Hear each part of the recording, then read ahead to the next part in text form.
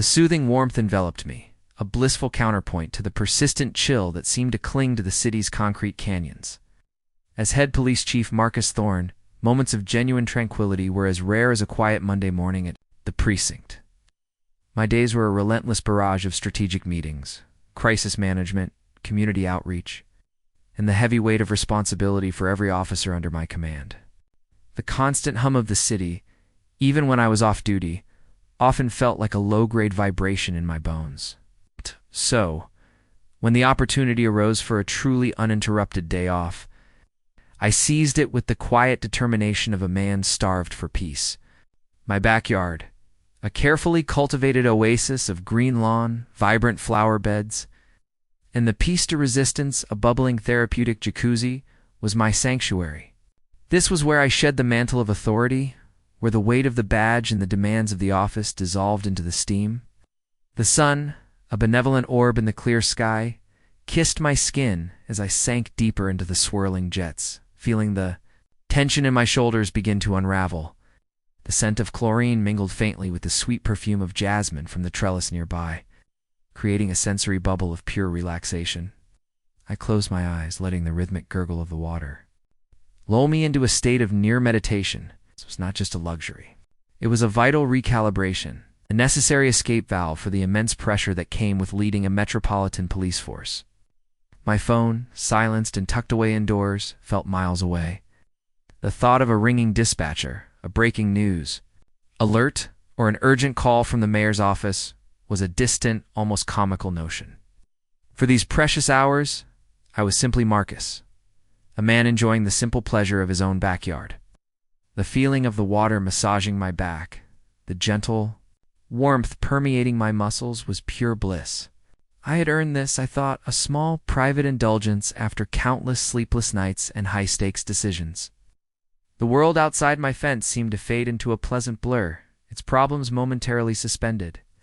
I envisioned a long, uninterrupted soak, perhaps followed by a good book and a quiet dinner. The silence was profound, broken only by the gentle splash of the jacuzzi jets and the distant chirping of birds. It was the kind of peace that felt almost fragile, easily shattered by the smallest intrusion, and then the first tremor of disruption. A sudden burst of high-pitched laughter, jarringly loud, pierced my serene bubble. It was followed by the unmistakable thud of multiple footsteps on my back patio, a clear indication that my solitude was about to be breached. My eyes fluttered open, a flicker of annoyance stirring within me. I recognized the voices vaguely. Karen, my neighbor from 2 houses down, had a daughter who often hosted loud gatherings. I had heard the music, seen the cars, but they usually kept to themselves, confined to their own property. This, however, was different. The sounds were too close, too intrusive. A knot began to form in my stomach, a premonition of the peace being irrevocably shattered. My rare moment of calm was clearly about to be put to the test, and I braced myself for the inevitable intrusion. My eyes snapped open, the idyllic haze of relaxation instantly dissipating. The laughter grew louder, closer, accompanied by the distinct sound of flip-flops slapping against my patio tiles. Before I could even process the intrusion, a figure loomed over the edge of the jacuzzi, casting a sudden shadow over the sun-dappled water. It was Karen's daughter, a young woman I recognized only by sight, typically seen lounging by her own pool or loudly conversing with friends. Today, however, her expression was one of unmitigated entitlement. Her lips curled into a smirk that spoke volumes before she even uttered a word. Behind her, a small gaggle of her friends hovered, their faces a mixture of curiosity and thinly veiled amusement, as if they were spectators to some prearranged spectacle. My initial reaction was one of pure disbelief. Was this a prank? Misunderstanding? I remained submerged, my expression neutral, waiting for her to explain her presence, to perhaps apologize for the intrusion. But no apology came. Instead, her voice, sharp and dismissive, cut through the quiet. "All right, old man," she began, her tone dripping with condescension. "Time to get out. We need the jacuzzi." My brow furrowed. Old man. I was in my early 50s in peak physical condition, certainly not accustomed to such blatant disrespect, especially not in my own backyard. The sheer audacity of her demand was almost comical. She wasn't asking. She was ordering, as if I were an inconvenient obstacle to be removed, a piece of furniture to be rearranged for her convenience. I slowly pushed myself up, resting my forearms. On the edge of the jacuzzi, maintaining eye contact, "Excuse me?" I asked, my voice calm, deliberately measured, a tone I reserved for de-escalating tense situations on the street. I wanted to give her an opportunity to correct herself, to realize the profound error of her assumption. But she merely rolled, her eyes clearly annoyed by my lack of immediate compliance. "You heard me," she retorted, her voice rising slightly, impatience lacing her words. "We're having a party and our pool's a little chilly. This one looks perfect, so hop out. We're not waiting all day." Her friends giggled behind her, emboldening her further. It was then that the first subtle, yet unmistakable racist undertone crept into her language. "Honestly," she scoffed, gesturing vaguely with her hand, "you people always take up all the good spots. Just move along, you people." The words hung in the air, a thinly veiled slur that instantly ignited a slow burn of irritation within me. My composure, usually unshakable, felt a slight tremor. She hadn't just insulted me. She had dismissed my very presence, my right to my own property, based on her prejudiced assumptions. She saw a black man in a jacuzzi and immediately defaulted to a narrative of him being an outsider, an interloper, someone who didn't belong in her space. The thought of revealing my identity, of watching her face crumple in shock, flashed through my mind, but I suppressed it. Not yet. I wanted to see how far this entitlement would stretch, how deeply ingrained her prejudice truly was. My irritation simmered, but I maintained my outward calm, my expression unwavering. "This is my property," I stated, my voice firm. "But still even, and this is my jacuzzi. I'm not going anywhere." Her smirk vanished, replaced by a look of pure incredulity. As if my refusal was an unimaginable affront to her perceived authority, the confrontation had just begun. The peaceful morning I had envisioned was now a distant memory, replaced by a simmering anger that I carefully kept in check. My calm refusal seemed to ignite a fresh wave of indignation in Karen's daughter. Her face flushed and her eyes narrowed, as if my simple assertion of property rights was a personal insult. "Your property?" she scoffed, her voice dripping with disbelief. "Don't be ridiculous. This is clearly a community amenity. You're probably just some squatter, trying to freeload off the neighborhood's resources." Her friends, sensing her rising anger, began to chime in, their voices a chorus of agreement and thinly veiled threats. "Yeah, get out of here," one girl yelled, her arms crossed, mimicking the daughter's aggressive stance. Another chimed in, "We saw this place first. You can't just hog it." The group dynamic amplified their collective sense of entitlement, turning a rude demand into a full-blown attempted intimidation. They edged closer to the jacuzzi, their shadows falling over me, creating a suffocating sense of being cornered. In my own backyard, the daughter, emboldened by her entourage, stepped even closer, her voice now a shrill whine. "Look, I'm not going to ask again. Either you get out, or I'm calling my mom. She'll know how to deal with your kind." Got the phrase. Your kind was spat out with venom, leaving no doubt as to the racial animus festering beneath her privileged veneer. My patience, which was already stretched thin, began to fray at the edges. The internal struggle to maintain my composure was intense.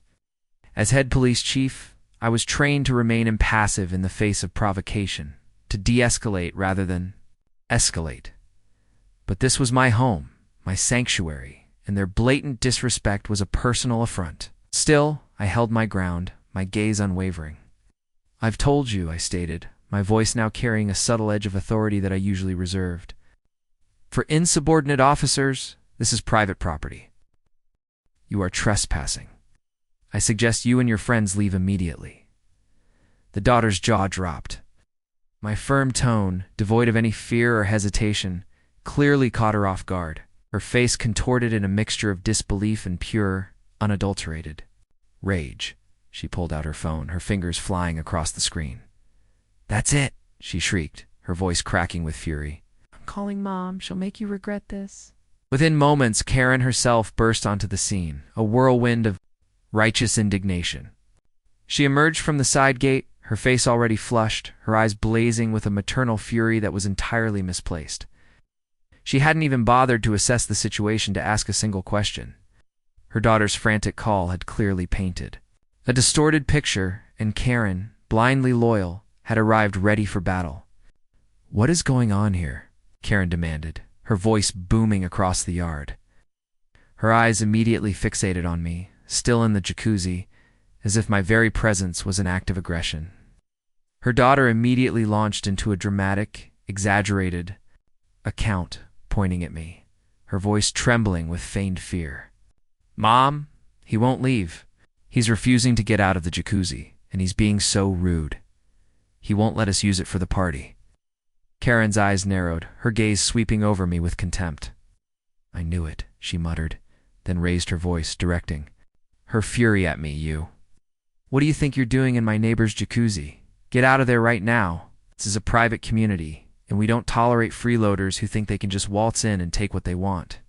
Her words echoed her daughter's earlier sentiment, confirming the deep-seated prejudice that permeated their perception of me. She clearly believed I was an intruder, someone who had no right to be there, simply because of the color of my skin. The irony was palpable, almost suffocating. This was my jacuzzi, my home, and I was being ordered out by a woman who had no authority whatsoever. The situation, already absurd, was about to escalate to a level of comedic tragedy, and I found myself bracing for the inevitable next step. The air crackled with Karen's fury, her voice a shrill accusation that reverberated across my meticulously manicured backyard.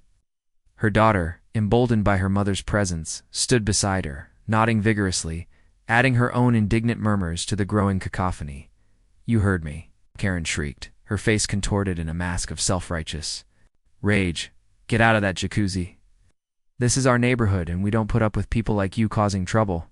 Her hand, trembling with indignation, reached into her pocket and pulled out her cell phone.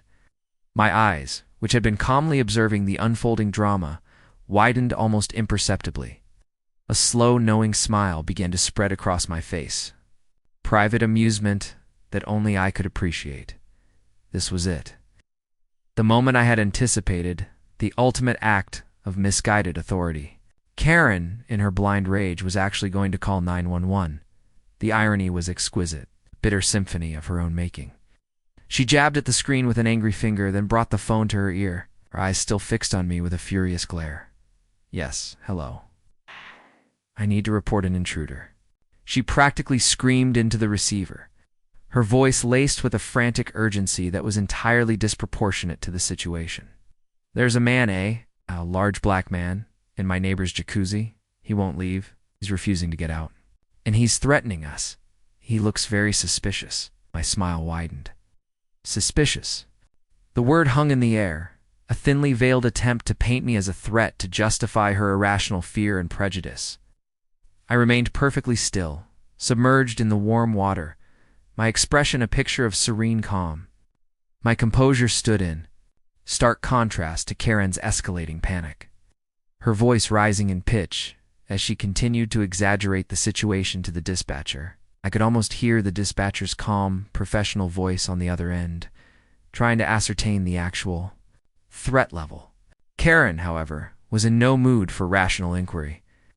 She was too consumed by her own narrative of victimhood and the perceived violation of her privileged space. "He's just sitting there, staring at us," she exclaimed, clearly frustrated by my lack of panicked reaction. "He's intimidating my daughter and her friends. We just want to use the jacuzzi for our pool party, and he won't move." She paused, listening to the dispatcher, then continued, "No, he's not armed, but he's being very aggressive with his words. Said this was his property. Can you believe the nerve?" My internal monologue was a mixture of professional assessment and personal amusement. I imagined the dispatcher, a seasoned veteran, trying to piece together this bizarre call. Large black man, in a jacuzzi, refusing to leave.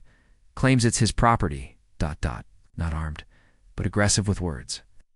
It was a classic example of a Karen call, a situation born more out of prejudice and entitlement than actual danger. I knew, with absolute certainty, that the officers dispatched to this call would be my own. My precinct was responsible for this sector. I pictured their faces, their initial confusion as they responded to such an outlandish complaint, only to find their chief calmly soaking in his own jacuzzi. The thought brought a genuine, if subtle, chuckle to my lips. Karen, still on the phone, noticed my quiet amusement, and her eyes narrowed further. "He's laughing," she hissed into the phone, as if that were further proof of my malevolence. "He's mocking me. You need to send someone right away." I closed my eyes for a moment, savoring the absurd drama. The stage was set, the players were in place, and the curtain was about to rise on a scene that would undoubtedly become legendary among my officers. The sirens, I knew, would be here any minute, and the revelation that was about to unfold would be far more entertaining than any pool party. My calm was not merely a display. It was a calculated stance, a quiet confidence in the inevitable outcome. The distant wail of sirens, faint at first, then growing steadily louder, pierced the suburban quiet. Karen, still clutching her phone, straightened up, her chest puffed out with a renewed sense of vindication. Her daughter and her friends exchanged triumphant glances, clearly believing their cavalry had arrived to rectify the perceived injustice. I remained still in the jacuzzi, my eyes fixed on the approaching sound, a serene calm settling over me. I knew the response time for this sector, and sure enough, within minutes, 2 patrol cars rounded the corner, their blue and red lights flashing in a silent, rhythmic dance against the twilight. They pulled into my driveway, tires crunching softly on the gravel, and parked neatly behind my own personal vehicle. 2 officers emerged from the first car, their uniforms crisp, their expressions initially serious and alert, ready to assess a potential threat. From the second car, a patrol supervisor, Sergeant Miller, stepped out, his gaze sweeping the scene with a practiced eye. As they approached my backyard, their eyes immediately fell upon the scene, Karen standing defiantly. By the patio, her daughter and friends huddled behind her, and me, a large black man, calmly soaking in the jacuzzi. Their initial approach was standard procedure for a domestic disturbance or trespass call. They moved with caution, their hands resting near their duty belts, their eyes scanning for any signs of aggression. Karen, seeing them, immediately launched into a fresh tirade, pointing dramatically at me. "Officers, thank goodness you're here. He's been trespassing, refusing to leave my neighbor's jacuzzi. He's been threatening us," she exclaimed, her voice thick with indignation, completely oblivious to the subtle shift that was about to occur. As the officers drew closer, their expressions began to change. Sergeant Miller, who had served under me for years, was the first to recognize me. His eyes, initially narrowed in assessment, widened in disbelief, then quickly snapped to a look of profound respect. A flicker of recognition, then a double take, and finally, a sharp, almost imperceptible nod of acknowledgement. His hand, which had been resting near his sidearm, instinctively moved to a crisp, formal salute. The other 2 officers, following their supervisor's lead, quickly registered the situation. Their eyes, too, widened, and their initial posture of readiness dissolved into one of professional deference. They snapped to attention, their salutes mirroring Sergeant Miller's. The sudden, synchronized display of respect was a stark, silent declaration of my true identity. Karen and her daughter, who had been mid-sentence in their accusations, froze. Their mouths hung open, their eyes darting between the saluting officers and me, still calmly submerged in the jacuzzi. The realization dawned on them, slowly at first, then with a crushing, undeniable force. The intruder, the freeloader, the suspicious man they had called 911 on, was the head police chief of their entire city. Oh.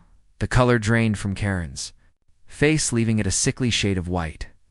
Her daughter's jaw dropped, her earlier bravado evaporating like mist in the sun. The friends, who had been smirking and giggling just moments before, now looked utterly terrified, their eyes wide with dawning horror. The silence that followed was deafening, punctuated only by the gentle gurgle of the jacuzzi jets. Sergeant Miller, his voice calm and respectful, addressed me. Chief Thorne, sir. Is everything all right here? I offered a small, wry smile. Everything is perfectly fine, Sergeant, I replied, my voice even now that you're here. It seems we have a slight misunderstanding regarding property lines and appropriate behavior. My gaze swept over Karen and her daughter, who now looked like statues carved from pure mortification. These individuals, I continued, gesturing subtly towards them, were under the impression that my private jacuzzi was a public amenity for their pool party, and they were attempting to remove me from it. They also seemed to have some rather outdated views on who belongs where, Karen stammered, her voice a pathetic squeak.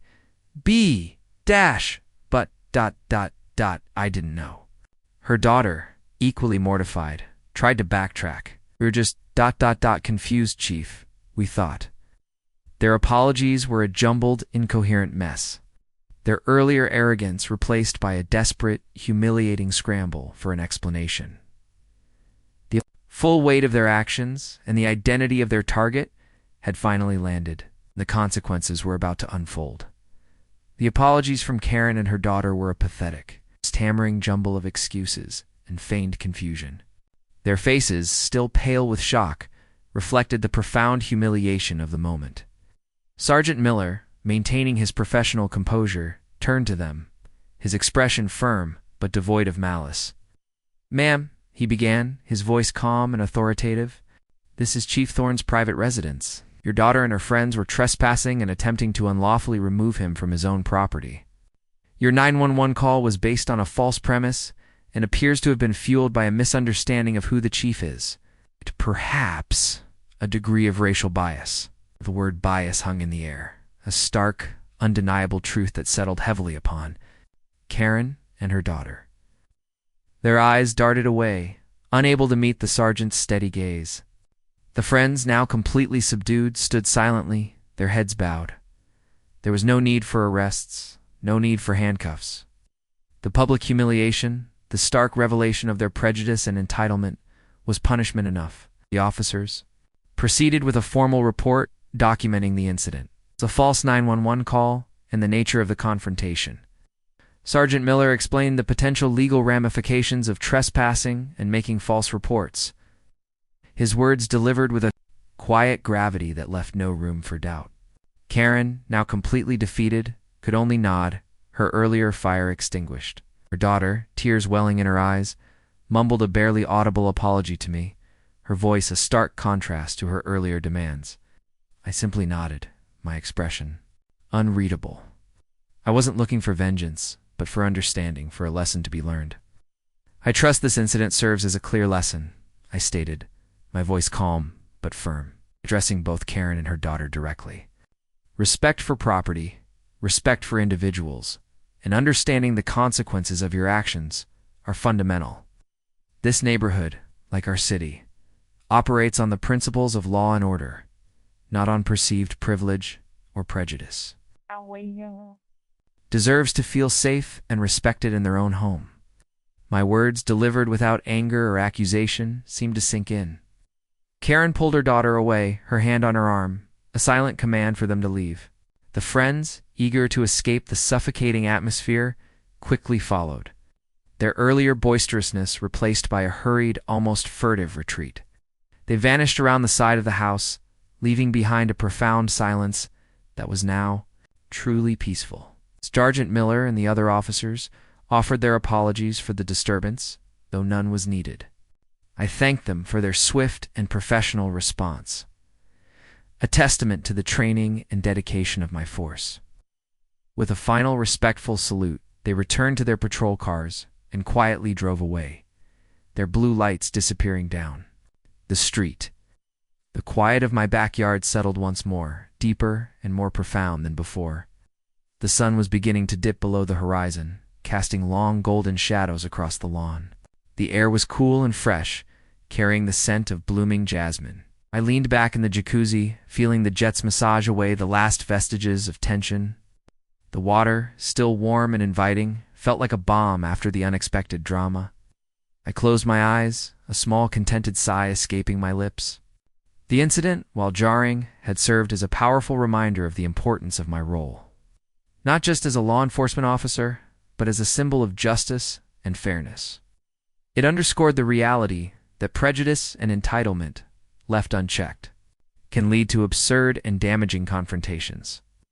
But it also highlighted the power of calm authority and the unwavering commitment to upholding the law. My rare day off, though interrupted, had ultimately ended in a satisfying reaffirmation of order. The Jacuzzi, my personal sanctuary, was once again a haven of peace. And as the last rays of sunlight faded, I finally, truly relaxed, savoring the sweet taste of peace restored in my own backyard.